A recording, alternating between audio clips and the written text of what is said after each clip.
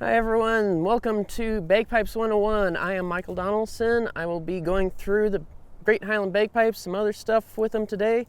Before I get started on there, I do want to thank our supporters for being able to do this for you guys there with the Arizona Commission on the Arts, the Flagstaff Arts Council, Flagstaff Community Foundation, the City of Flagstaff, and of course Coconino County there. So thank you guys there for being able to support us and being able to do this for it. All right, so I'll go ahead and get started on there. A little introduction on myself there. I'm Michael Donelson. I do play the Great Highland Bagpipes for the last 22 years now. Born and raised here in Flagstaff area, been playing this entire time. Currently running the founded and running Southwest Sky Pipes and Drums. That's kind of Northern Arizona's bagpipe and drum band there. So I have a little bit of experience on it there and hoping I can pay it forward there the way I learned it and hopefully maybe you guys can learn about this great instrument as well. So first things first, you're used to seeing these guys out in the field there. This is what you start out with though. A little bit of difference, but there's a lot of similarity between the two in the fact that you have the 9 notes that you're playing the melody with, that's down here. Instead, it's a little compact thing, so you don't have to mess with all this. So I'm going to start with how you would learn on the pipes themselves. So this is called a practice chanter. It has the 9 notes on there. It's only got 1 octave, so we can't do the national anthem at all or anything that's more complex than that. So we're kind of stuck with that kind of thing, but you can still get a lot out of it. So basically it's going to be 9 different notes there, starting at low G, going through high A as we call it there. It's kind of the middle staff for those that are musically inclined on the treble clef. It is a pentatonic scale for those that are music buffs as well. And basically it's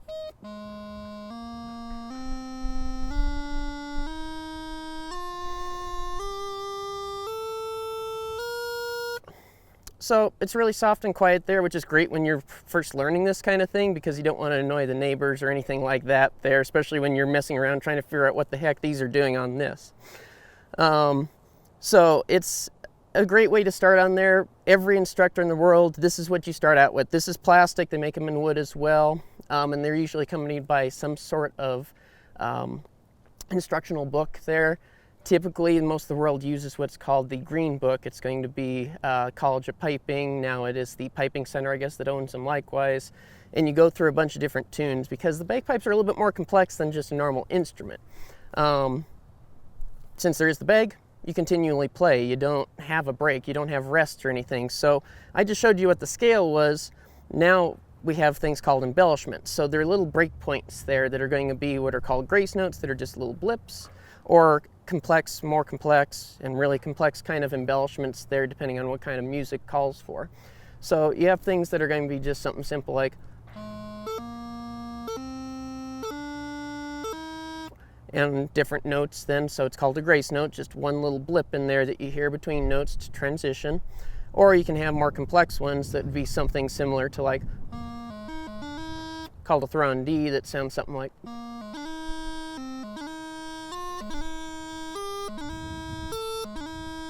And then you go on from there. So there's quite a few different versions of embellishments out there that are throughout the entire book that you learn from. So that's kind of what you start out with on there. Once you start getting the hang of it, the book goes through several different tunes that are kind of appropriate to what embellishment is getting taught there. Grace notes at the beginning, throw on D, grips, tours, all that fun stuff. Once you get far enough along, the instructor normally then transitions you onto the pipe. So we'll transition onto that guy. So these are what you're going to be more familiar with, probably. Great Highland Bagpipe by its actual name. So as you can see, it's going to have the same 9 notes that the practice chanter had on it there, so you have the full scale. The difference being that this is going to have a little bit different internals on there, and of course the bag, and now you have the drones involved with it as well. So I'll go breaking it down piece by piece then. The chanter we'll start out with, since we're there anyway, much larger holes because it is a louder volume on it. The practice chanter obviously was very quiet because it's plastic reed, smaller holes, doesn't need it as much.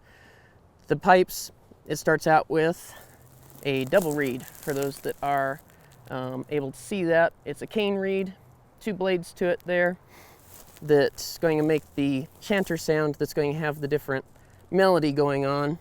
Meanwhile, you have these guys going on in the background. Now these are called drones. You have, on the Great Highland Bagpipe specifically, 1 bass drone and 2 tenor drones. The bass drone is going to be the lowest pitch there. It's the very deep sound you hear in the background.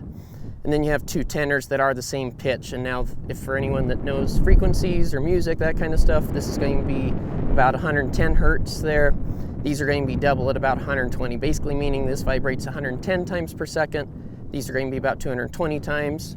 And then the pipe chanter then is double of that on the bottom hand, and then goes up a full scale for double that. So we basically are able to do 3 complete octaves on the pipes there, bass, tenors, and then the full scale top to bottom. But we can't adjust these. These are fixed to a certain pitch there that's going to be to the low A, so everything's tuned to that one specific note. Now speaking of tuning in that respect, that's a whole nother thing. We'll get to that in a second there. But to finish it off there, that's right, I didn't get into what these guys look like. So these guys are going to be single reeds. Let's see if I can get in the sunlight at least. So this is plastic, even though it looks like it's cane. It's going to be single bladed there, so it doesn't have the same thing as what the chanter reed does. That'll be the bass. The tenors look the same way, but that's going to be vibrating at a constant pitch there that's going to just have that continual hum you hear in the background while this is playing the scale.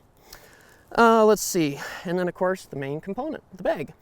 So basically the principle, you blow into it. This has a valve in the bottom so you don't lose traction on blowing into it, and then you blow it into the bag. This is just a giant reservoir, and now thanks to modern technology, pretty much everything, everything nowadays on this is going to be synthetic of some sort or another. The chanter reed's about the only thing natural, and then I happen to have wood pipes there that are African blackwood.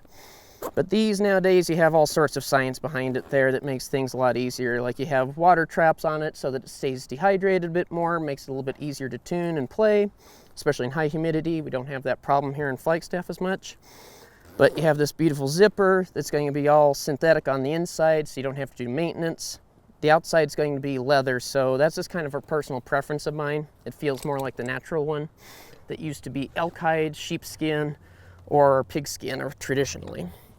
So you blow it up into it there. You have this reservoir. Basically what happens after that is that you blow and squeeze. So you use your arm to squeeze while you take a breath into the pipes, back to refill the pipes, I should say. While you're doing that, all these reeds are continually going then. Hence why when I said about earlier, we don't have any sort of rests in music at all with piping, traditionally at least. There's a few pieces that are designed that way that are kind of weird. But it's basically continually playing. So as soon as you strike in the drones on there, they're going to start first, and then you bring in the chanter. From there, you're just going to keep on playing continually until you're done. You just keep recycling over and over again at that point. All right? So now we went through the components. Let me tell you how it actually works. So as you see on here, with all the silver ferrules on here, the bass drone has 2 tuning joints.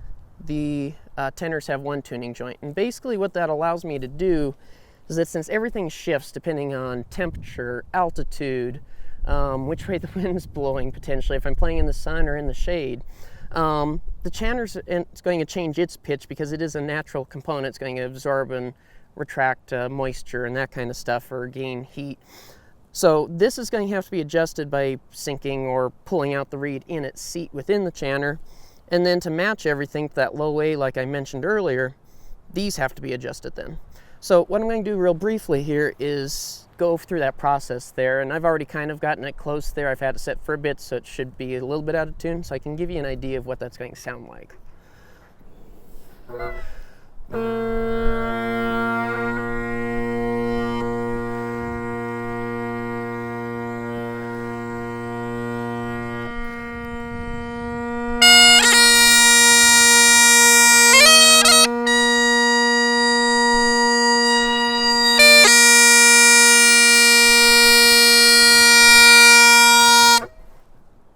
So I don't know if it picked up necessarily on the recording itself there, but you might have heard when I first started that it has like wah-wah sound, as we call it there. There's probably a technical name I'm not familiar with, but it is meaning it's out of tune. It's the sound waves kind of hitting each other.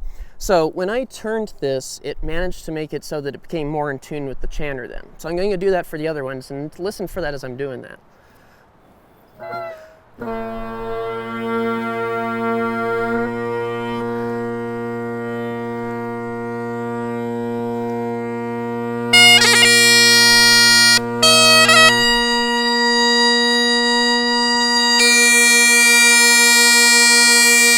that tune.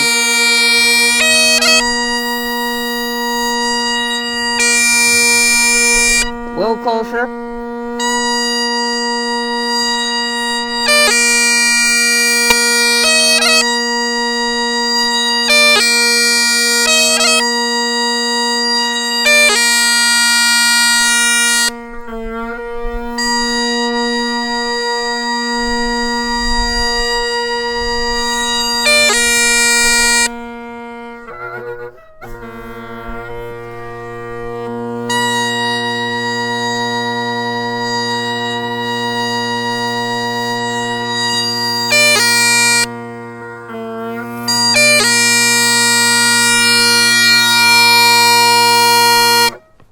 So now we have in this moment in time, at least a perfectly tuned bagpipe.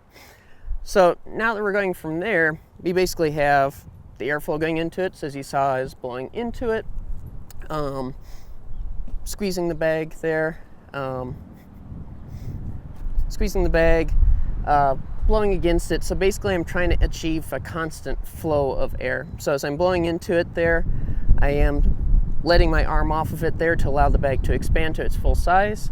When I need to take a breath, slightly before that, just to make a constant pressure, I start applying pressure with my arm against the bag, and then allowing the constant pressure there that I was blowing into it equal to what my arm is squeezing against it while I take an inhale, and then I do the reverse as I'm blowing against it there back into the bag, letting my arm off, and just keep the cycle going. And so the ultimate goal of pipes, and about the hardest part of it, is achieving that constant pressure so you don't have pressure changes that then affect the tuning and you kind of are screwed at that point there. You're just constantly chasing your tail at that point. So tuning, construction of the pipes, now let's learn how to play them. So there's a bunch of different types of tunes in piping there. There's different categories. The main two categories are going to be light music and pibroch. Now pibroch I'm going to start with on there describing, just because that's the classical music of bagpipes. That is the original ones that was handed down from when, long before this instrument was really developed, back when it was one drone, and I think it was still 9 notes back then, but it was a very simplistic instrument there that's been traced back to the Middle East there back generations and generations ago, so long before this instrument. But pibroch kind of developed from that. So it's originally, before it was written down, it was handed down from one piper to another by vocalizing it. It was called cantaroch. So it was sung to another piper there. Somebody would be instructing them, and they would say cantaroch there, or they would sing. So different embellishments would mean different things, like by words. So you would have like ah or something like that, mean like a, or whatever it might have been there. I'm not as well versed, so I'm not going to get into that there. But pibroch is the classical music. It doesn't have rhythm to it really too much. It's called pulsing instead, that it just kind of wanders there. And each tune was constructed for different meaning there, just like most of piping music is. But with pibroch, it was more a lament or a salute for somebody, for someone, some place, something like that. So I'm going to give you a brief sample of what original bagpipe music sounded like, and there are different parts to it. See if you can figure out where the transition points are.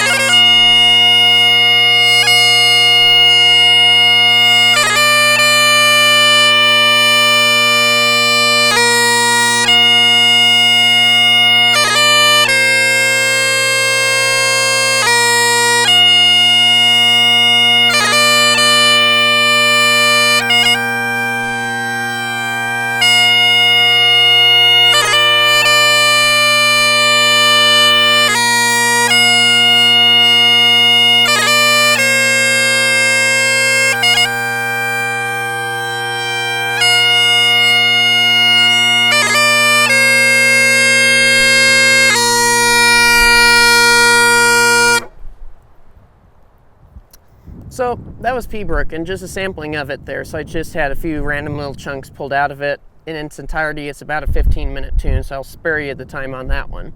But could you hear the differences in the different parts there? Basically, it went from what's called a ground urler in Gaelic.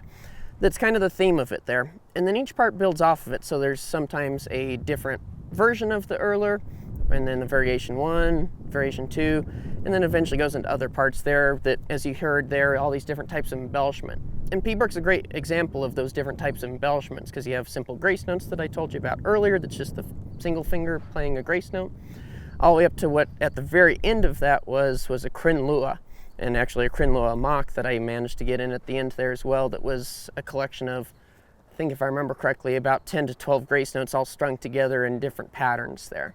So it's got a big span of different things, and that was the classical music of bagpipes there. And that was traditional there up until the last few hundred years when you started having what's called light music, so we'll switch to the other category.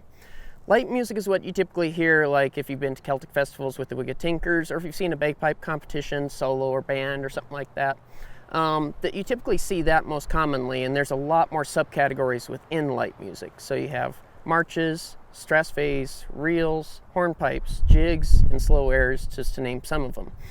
So I'll give you a sample of each of those ones. So we'll start right off the top of the list there. How about some marches? Traditionally, that was what the military used it, since it was a military type instrument. Marches were typically used to command the troops there for whether it was time to go to bed, whether it was time to get up in the morning, whether it was time to go to lunch, or whatever it might have been there. So I don't have any specific tunes in mind for those, unfortunately, that I can't remember off the top of my head, but I will give you a sampling of the different types of marches. So there are different time signatures of them. Again, for those music folks out there, you know what a time signature is, that you have 2 beats per measure, and a quarter note gets the beat, for example. So I'm going to go through a few different types of marches that are out there in the world there. Classically, you're going to have a 2/4 march that most solo competitions play, a 3/4 march, and a 4/4 march. And you'll probably recognize at least one of these tunes.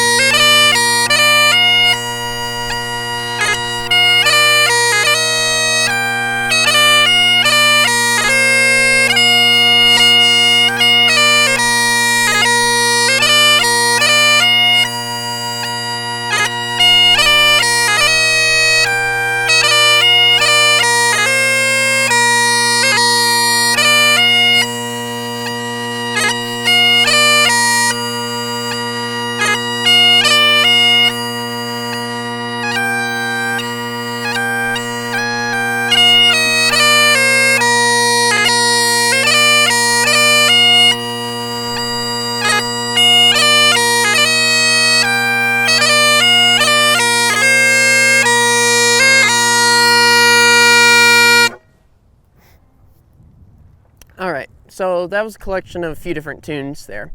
Some of you might recognize them there. I'll go through them just real briefly. The first one was called Highland Laddie. It's traditionally played for saluting to the chief of a Highland Games, a clan's chief. Followed by Jim Thompson of Flagstaff. Side note on that one, that was actually written by one of the instructors that comes up to the Flagstaff piping and drumming school there, Robert Watt. Written actually for the instructor that I had there, and the reason why I even got into piping, called Jim Thompson of Flagstaff. And it thankfully was written there before his passing, unfortunately now. But he was able to hear that tune and did appreciate it there. And nowadays it's even played worldwide there. It's become one of a more common tune there, and just came out of Flagstaff, Arizona here, which is kind of cool. And then the last one you probably recognize there as Scotland the Brave. So that's a few different types of tunes there, types of marches, and there's a few other ones we won't get into today, but that's a sampling of the different styles there. And like I said, traditionally those marches would have meant something else on there, so like Highland Laddie being a salute to the chief, for example. So now we'll switch over to the other ones. So we have some of the more lighthearted dance ones, actually, in this case. So we have a Strathspey and a reel there, that if you've gone to Highland Games there, you've seen the Highland dancers, or have seen them on TV perhaps, or online. Traditionally, it's going to be these next four types of tunes that I'm going to go over. And the first two I'm going to do are Strathspey and reel. They're the most common ones there for solo competition, pipe band competition, as well as for the dance competition there. So I'll play a couple samples of those kind of tunes, and you're definitely going to hear where I transition between the two. Feel free to get up and dance at your home if you want to during this.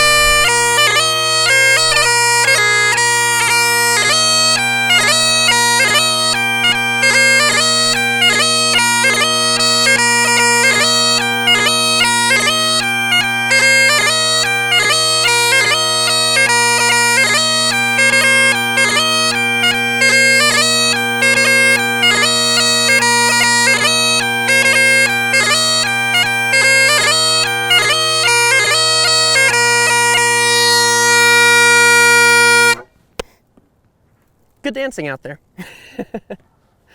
The first one was Strathspey there. It's obviously more of a dance tune there. You probably heard it. That's the most common one you're ever going to hear at a dance competition there at Highland Games.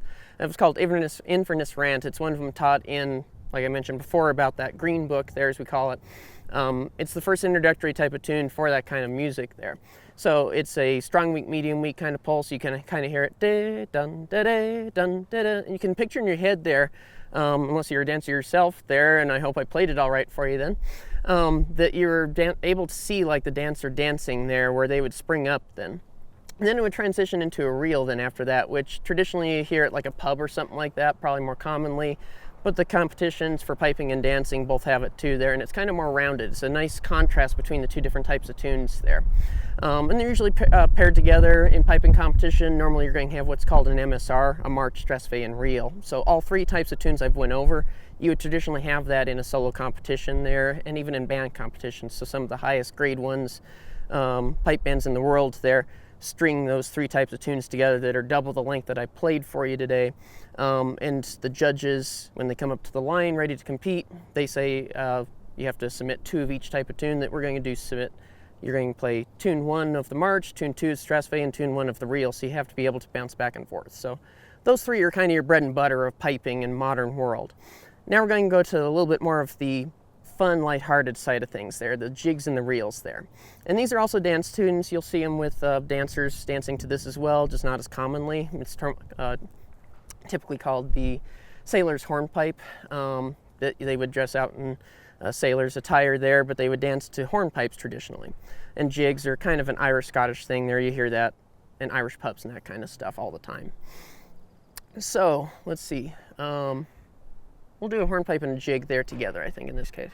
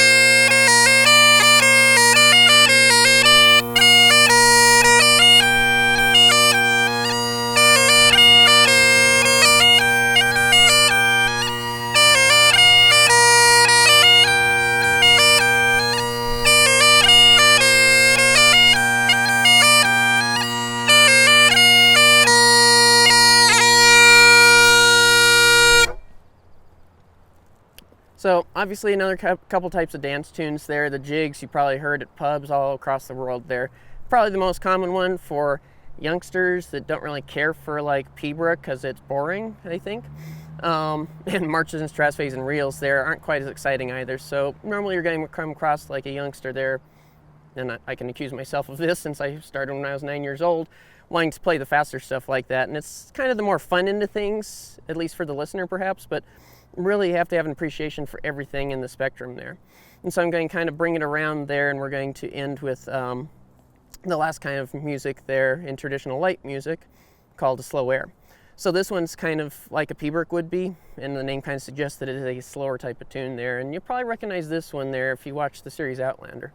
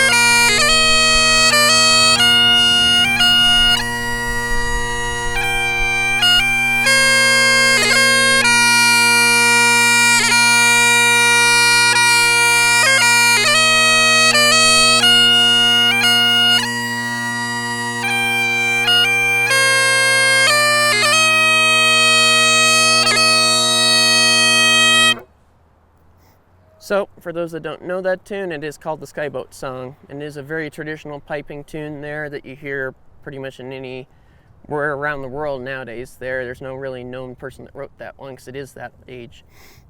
So that's going to kind of bring that entirety of what type of music the pipes play there. So now we've gone pretty much across all the way the spectrum. The last thing I'm going to throw in here for different types of tunes there is what's called kitchen piping.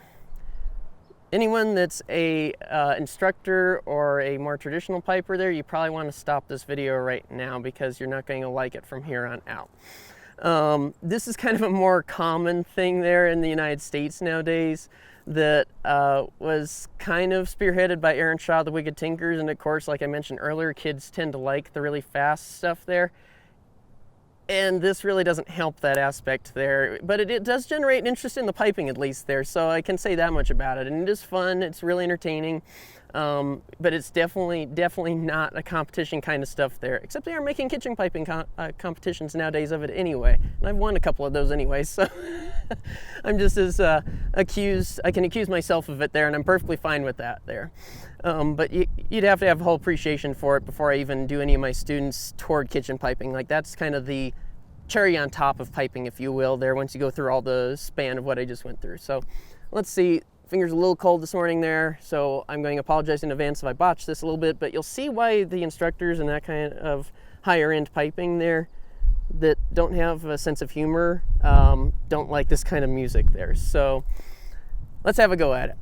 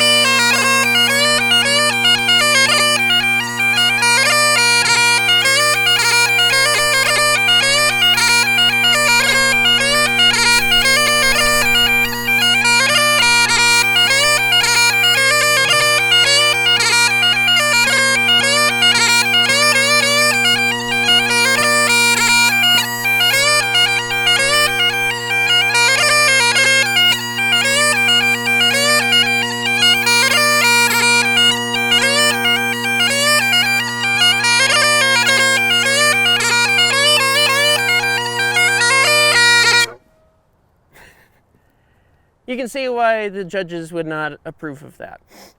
It breaks all the rules of piping of proper execution and clean fingering and throws that out the window there with the bathwater. And it becomes slurs, fast tunes. You probably recognize Star Wars in the middle of that there that's been adapted to the pipes.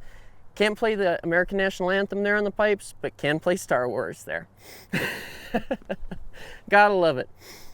So that's kind of the entire span of piping music there. So we went through Pibroch, this traditional light music there. That was the March Dress, very real hornpipe jig and slow airing kitchen piping. So that really rounds out the pipes themselves then. So what I'm going to transition to real quick there before I'm done today is that I'm going to go over to different types of pipes. So like I said, these are the Great Highland pipes. These are the most common one you're going to see at dignitary events there in Scotland. They're played at different funerals for presidents and kings, queens, princes for that matter, as of recent, of course. So you're going to be familiar with these guys most likely, and probably the loudest set of bagpipes out there. Now, what you probably are not familiar with is the over, in history at least, I looked it up before I came here today, of the more than 100 different types of pipes that are known to history and still exist to this day in some cases. Pretty much every continent has a set of pipes there. So Germany has their doodle sack there that looks very different from the Great Highland pipes. It's got, I believe, 2 drones instead of the 3, if I remember correctly. But you also have like the Spanish gaitas that one of my band members actually has learned. It's a little bit different fingering there. It's a lot higher pitch than the set of pipes there. But you're going to notice it only has 1 drone on it there instead of the 3 that I have on my Great Highland. Similar fingering, some of the tunes can transition, but it is a whole nother animal. Same with the Italian Zamponia, and that one actually has a bag that almost reaches to the ground then in that case. So it's an enormous bladder that you have to fill up there, and it's a beast of an instrument to try to A, be able to get parts for nowadays because it's not as common, and B, to even play or find an instructor for. So what I'm going to go over to, excuse my reach there, I'm going to go to something else. This is the only other set of pipes that I currently know how to play. I would love to learn the Irish uilleann pipes there that you've probably heard on a lot of TV and music shows, and those are probably the most temperamental ones. You saw how this one was kind of temperamental even with the different weather and wind and stuff we're dealing with today. The Irish pipes there are even more temperamental. I know I've always heard the joke that if somebody opens up the door, they're going to have to retune the entire instrument there. They're a real pain to try to have to adjust because they can play 2 octaves, so they can beat out the pipes by double that of different ones. It has keys like a clarinet does, but it has like regulators and several different drones. It's a real complex instrument there. So that's next on the list after that if I can find an instructor for it here in Arizona. But for now, I'm going to go with the Scottish small pipes. Now these are a lot quieter and they obviously look very different in some ways. You still have a 9-note chanter, plays the exact same tunes as what the Great Highland pipes do, so I can play this one without changing anything. Still has the blowpipe, the valve, the bag in here. Now what's going to be different is obviously it's 1 stock of drones. So it's still 1 set of single reeds in here, but now instead of it being 2 tenors and a bass drone like the pipes have, now we have a tenor, a baritone, and a bass. So now we have a chord like a guitar would have on it there. So now you have 2 drones that are set to A on the chanter and 1 drone set to E. So you end up having this chord sound to it. And again, these are a lot quieter. I got these as a Christmas gift because I couldn't play inside during the winter. Well, I'll show you. It's going to be a little different sound, different key.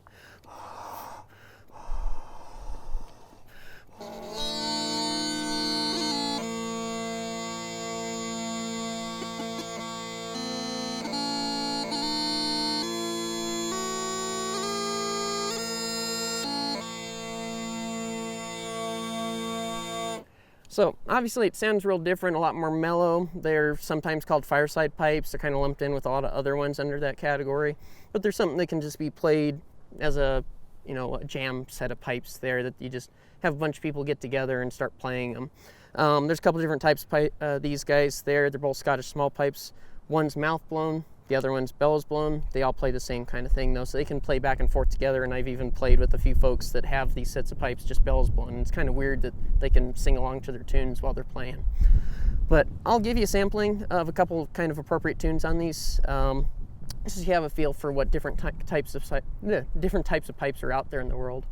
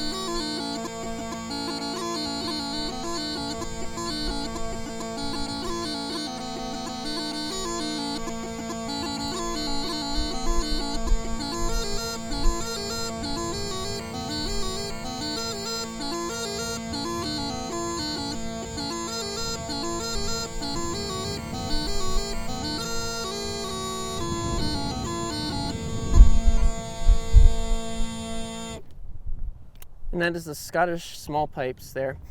So obviously a very different sound, kind of a nice mellow tone to it. Everything on this is entirely plastic. Traditionally it would have been wood for these kind of guys, but every single component on here is some sort of composite or other material or something like that. So this one's pretty durable. I take this along on road trips with me to the desert or to the mountains, whatever, because I don't have to worry about it cracking. It's a little bit less temperamental, I should say, more durable than what the full set of pipes is there, but they all play the same. So that's just kind of a sampling out there. I would certainly encourage you guys to go out online onto YouTube or something like that and look for those other sets of pipes out there, because there's a lot of crazy ones out there. If you look at like the history of them there, with the original single drone ones up through the current ones that have the 3 drones. You have different countries that have variations. There are kind of some crazy guys out there that just, it's amazing it's all under the same instrument there. But I am going to wrap it up now. I do appreciate you guys watching this video there. Hopefully you gleaned some information from it there about how the pipes work, how we learn how to play the instrument there, kind of in a Cliff Notes version of it there, certainly. But I do highly encourage you guys to go out there and look for more information there. Reach out to me if you want to. I can provide some information on how to reach out to me if you're in the Flagstaff, Prescott, Williams area of northern Arizona. I have instructed now for, I guess, going on 15 to 18 years now. Been playing for 22 years, so pretty much since I started then. So if you have more questions about it there, follow up with me on it there. I'll be glad to respond to you there. Otherwise, thank you guys so much for watching this video. Enjoy the rest of the Celtic Festival there. And again, thank you to all of our sponsors there that were able to make this happen this year. Hope everyone stays safe out there. And we look forward to seeing you guys at a festival soon, hopefully in person. Continue to be safe out there, and we'll see you soon.